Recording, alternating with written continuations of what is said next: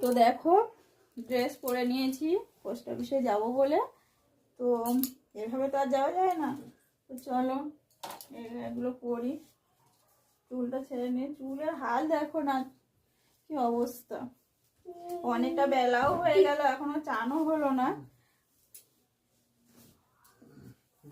তো এখন শীতকাল তো মানে কি অবস্থা হয়ে যায়, গা হাত পাও গুলো কি অবস্থা হয়ে যায়, মানে কোনো দিক থেকে আর ভালো লাগে না।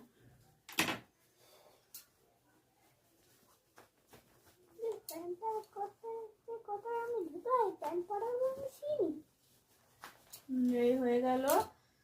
তো গায়ে একটু বডি অয়েল দিয়ে নি, না হলে শীতকালের দিন চান করিনি কিন্তু মাখতে হচ্ছে, কি করব, না হলে সাদা সাদা হয়ে যাচ্ছে। তো সাদা হয়ে যাচ্ছে, দেখো কি অবস্থা হাত পায়ে।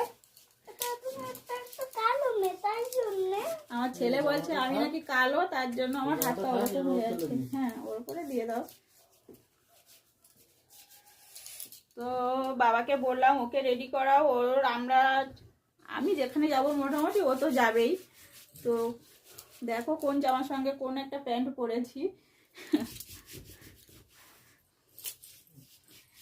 এখন স্কুল সব ছুটি, তো স্কুল ছুটি, তো সব কোথায় টিপে টিপে ঢুকিয়ে রেখেছি মোটামুটি জামা কাপড়, এখন বের করা যাবে না, কোথায় আছে নিজেই জানি না।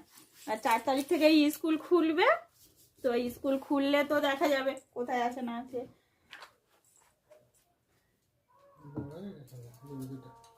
ইন করে দাও, গেঞ্জিটা অনেকটা বড় হয়ে আছে।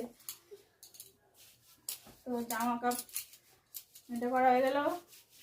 এবার মুখে তো আর বডি অয়েল দেওয়া যাবে না, বডি অয়েল দেওয়া যাবে না, তো মুখে কি দেবো, মুখে কি দেবো। ভালো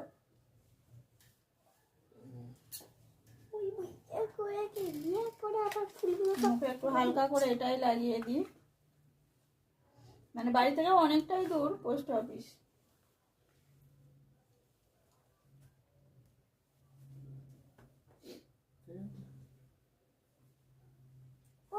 এটা ঠিক আছে। হুম, এটা হুম,